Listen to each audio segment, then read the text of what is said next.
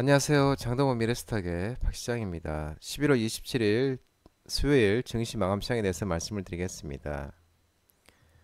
코스피는 2503.06포인트 0.69% 하락 마감했습니다. 반도체 칩스법 비판과 관세 우려에 외국인과 개인이 순매도에 하락 마감했습니다. 외국인은 3,693억 순매도, 기관은 2,958억을 순매수하였습니다. 코스닥 692.00포인트 0.17% 하락 마감했습니다. 개인이 순매도매수 하락 마감했습니다. 외국인은 45억 순매수, 기관은 465억을 순매수하였습니다.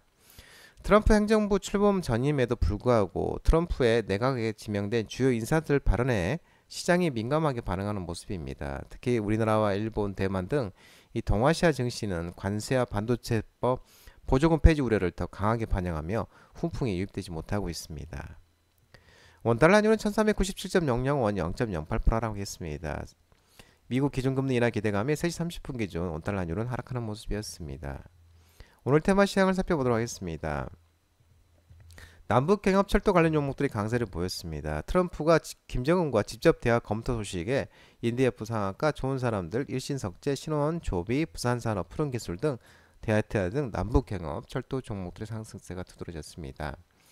트럼프가 이 김정은과의 북한 김정은과의 직접 대화 추진 방안을 논의하고 있습니다. 이 트럼프 팀은 이번 새로운 외교 노력을 통해 북한과 무력 충돌 위험을 줄일 수 있기를 희망하고 있다며, 트럼프는 직접 김 위원장에 접근하는 게 가장 좋은 방안일 수 있다는 방향으로 접근하는 것으로 보인다고 알려졌습니다. 다만 트럼프 내부의 이런 논의는 유동적이고 트럼프가 최종 결정을 내리지는 않았다고 전해졌습니다. 한편 트럼프 당선인 집권 1기 때 세 차례나 김정은을 만나 직접 만나면서 친분을 형성했지만 세 차례의 만남에도 불구하고 뚜렷한 성과 없이 회담이 결렬된 만큼 5년이 지난 시점에서 트럼프와 김정은과의 관계를 복원하기가 쉽지 않을 것이라는 전망도 제기되고 있는 모습입니다. AI 챗봇 챗GPT, 지능형 로봇 AI 통신 종목들의 강세가 두드러졌습니다. 내년에 AI 수익화 기대감과 트럼프 차기 행정부의 AI 차르 신설 검토 소식이 나오면서 한글과 컴퓨터, 엠노, 폴라리스 AI 상한가, 이스트소프트 상한가, 오브젠, SK텔레콤, KT, LLU 플러스 등 AI 챗봇, 지능형 로봇 AI 관련 종목들의 상세가 두드러졌습니다. SKT와 KT, LGU 플러스 통신 3사는 긍정적인 실적 전망과 주주 환원 기대감이 지속되면서 연일 호재를 작용하고 있습니다. 내년에 AI 수익화 시작으로 소프트웨어 리레이팅의 시작이 될 것이라고 밝혔습니다. 내년에 구조조정 심화와 함께 사람은 대체할 수 있는 AI의 에이전트의 유즈 케이스가 기업 현장에서 급증할 것으로 전망되며, 이를 위해서 각 업무에 맞는 유즈 케이스를 만들어 나가야 한다고 언급했습니다. AI와 클라우드 중심의 소프트웨어 투자는 현재 시점 기업의 경쟁력을 결정하는 핵심 요인이기 때문에 GPU와 이를 활용할 수 있는 소프트웨어 투자는 우선순위에서 앞에 놓일 것으로 밝혔습니다. 아울러 통신산업도 AI 전략과 수익화 가능성이 커졌다고 언급했습니다. SK텔레콤은 투자사 남다를 통해 12월 AI 데이터 센터를 가산 디지털 단지 센터에 오픈하겠다고 밝혔고, KT는 지난 10월 1년여 기간 동안 준비해온 마이크로소프트 MS와의 파트너십 내용을 발표하면서 자본이 주가 되는 AI 기술적 문제를 빅테크와 파트너십으로 극복했다고 언급했습니다. LGU 플러스는 2028년까지 연간 4천에서 5천억을 투입해 AI에 총 2, 3조 원을 투자할 계획이라고 발표했습니다. 한편 트럼프가 차기 행정부에서 AI 정책을 조율할 AI 차르 직책을 신설하는 방안을 검토 중인데, 이 트럼프 당선인이 AI 차르를 임명하는 방안을 검토하고 있다고 미 정치 전문 업체 악시오사에서 이제 얘기를 했는데, 이 정부 혈부의 공동 수장을 맡은 일론 머스크 테슬라와 기업가 출신 비백 라마스와미가 AI 차르 인선에 상당한 영향을 행사할 것으로 보인다고 언급했습니다. 또한 AI 기본법 전날 또 국회 과방위 통과 모멘텀도 지속되고 있는 것도 긍정적으로 작용하고 있습니다. 드론 관련 종목들이 차익 실현이 나왔습니다. 오전에 강세를 보였는데, 머스크 테슬라 CEO가 미국 국방부 전투기 드론으로 대거 교체 연금 모멘텀이 지속되면서 DTNC, 에이럭스, 배세, 한컴미드, PC디렉트 등 일부 종목은 차익 실현이 좀 나오는 모습이었습니다. PC디렉트는 15억 규모의 자사주 취득 신탁 계약 체결도 긍정적으로 작용했습니다. 머스크 테슬라 CEO가 미국 국방부 전투기를 비판하고 이를 드론으로 대거 교체해야 한다고 이 언급한 발언이 여파가 지속되고 있습니다. 그러면서 드론 관련 종목들이 상승세가 지속되고 있습니다. 머스크는 지난 25일 자신의 X에 F-35로 너무 많은 사람이 너무 많은 요구를 충족시키려다가 설계가 망가졌다며 결과적으로 비싸고 복잡하지만 아무것도 아닌 전투기가 됐다. 어차피 성공할 가능성이 없었다고 밝혔습니다. 어차피 무인기 드론 시대의 유인 전투기는 쓸모가 없다고 언급했습니다.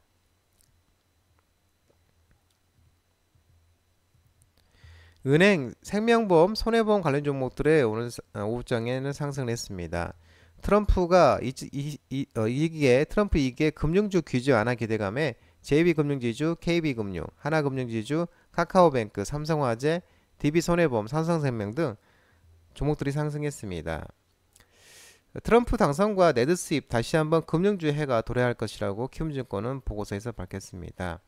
트럼프는 경제성장률 제고와 일자리 창출이라는 정책 목표 달성을 위해 재정 확대 및 감세 정책과 더불어 금융 규제 완화가 중요한 요소라는 점을 지속적으로 강조해 왔습니다. 이를 방증하다 트럼프 1기 첫해 당시 금융 규제 완화 효과로 금융 섹터는 IT에 이어 두 번째로 높은 수익률을 기록한 바 있었습니다. 비만치료제, 바이든 행정부가 비만치료제 보험 적용 검토 소식이 나오면서 애니젠, 올릭스, 라파스, 넥스턴 바이오, 인벤티지랩 등 비만치료제 관련 종목들의 상승이 있었습니다. 바이든 행정부는 약 340만 명의 노인 미국인과 메디케이드 프로그램 가입한 400만 명의 빈곤층 성인에게 체중 감량 치료를 제공하는 방안을 제안했습니다.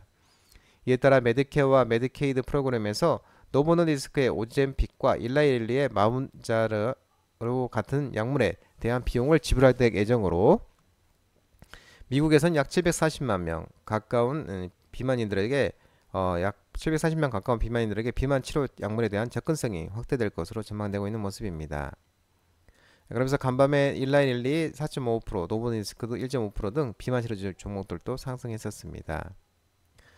펀드멘털 개선 기대감에 엔터, 음원, 음반 종목도 반등이 있었는데요. 디어유, SM, FNST, JYP엔터, YG엔터테인먼트가 상승을 했습니다. 최근 엔터주들의 주가는 중국 시장에 대한 기대감을 포함해 다양한 모멘텀이 반영되며 가파르게 상승한 영향이 있긴 하지만 본질적으로 펀드멘털이 개선되고 있다는 시작점이 있기 때문에 여전히 엔터의 상승 여력이 높다고 판단했습니다. 특히 9월을 기점으로 엔터사들 모든 주가가 30에서 50% 이상 가파르게 상승했으며 그동안 투자를 망설이게 했던 앨범이 바닥을 다지고 성장세로 돌아서기 시작했고 관심을 크게 두지 않았던 공연과 MD에서의 성장이 가시화되기 시작했기 때문이라고 설명하고 있는 모습입니다. 미국 반도체 보조금 재검토 우려에 반도체 종목들이 일제 하락을 했습니다. 삼성전자, SK하이닉스, 한미반도체, HBSP, 이오테크닉스, 오닉홀딩스, PSK홀딩스, 테크윙 등 반도체 종목들이 하락을 했습니다. 정부 혈부 수장으로 지목된 비백 라마스와미는 이 X에 올린 글에 바이든 정부가 트럼프 정권 인수 전에 지출에 이 반도체 지원금 지급에 속도를 내고 있다고 지적하면서 정부 혈부는 이런 막바지 수법을 모두 재검토하고 감사관이 이런 막판 계약을 면밀히 조사하도록 권고할 것이라고 밝혔습니다. 반도체법은 미국 내 반도체 생산을 장려하기에 공장 등에 투자하는 기업에 보조금을 주는데 상무부가 지원 대상으로 선정한 기업 중 아직 삼성전자와 SK하이닉스, 마이크론 등이 보조금을 받지 못했습니다. 또한 트럼프 2기 출범과 공화당의 네드 스윕으로 관세 부담이 커지고 있고 중국 D램 업체인 CXMT의 부상도 메모리 투자 심리에 부담을 가하고 있는 가운데 내년에도 약 20%대 성장이 가능할 것으로 예상되었었지만 불확실성을 감안할 때 시장 성장률을 조정할 필요가 있다고 유진투자증권에서 밝혔습니다. 이에 내년에 D램과 랜드 시장의 시장 성장률 전망치는 하향 조정한다고 밝혔습니다. 한편 이날 삼성전자는 이날 사장 승진 2명, 이촉 업무 변경 7명 등 총 9명 규모의 내년 정기 생산 인사를 발표를 했습니다. 트럼프가 멕시코 캐나다 관세 부과 소식에 자동차 산업 타격 우려 속에 자동차 대표주 부품 종목들이 하락을 했습니다. 현대차, 기아, HL만도, 한원시스템, 현대이아, 한중NCS, SL 화신 등 자동차 대표 부품 종목들이 하락을 했습니다. 트럼프가 새로 백악관에 입성하는 첫날 불법 이민자 문제를 해결하기 전까지 멕시코, 캐나다를 통해 들어오는 이 제품에 25% 관세를 부과한다는 행정명령에 서명하겠다고 밝혔습니다. 중국에 대해서도 10% 추가 관세를 경고했지만 인접한 동맹국인 멕시코와 캐나다에 대한 직접적 관세 위협은 처음입니다.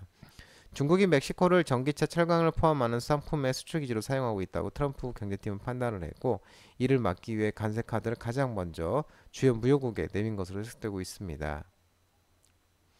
업계에서 관세가 실제로 시행되면 미국 자동차 산업에 지장이 될 것이고, 폭스바겐과 같은 유럽 OEM 업체들도 타격을 피할 수 없을 것이라고 분석하고 있습니다. 또한 멕시코, 캐나다 지역에 공장을 둔 미국 자동차 제품도 가격이 오를 것으로 전망하고 있는 모습입니다.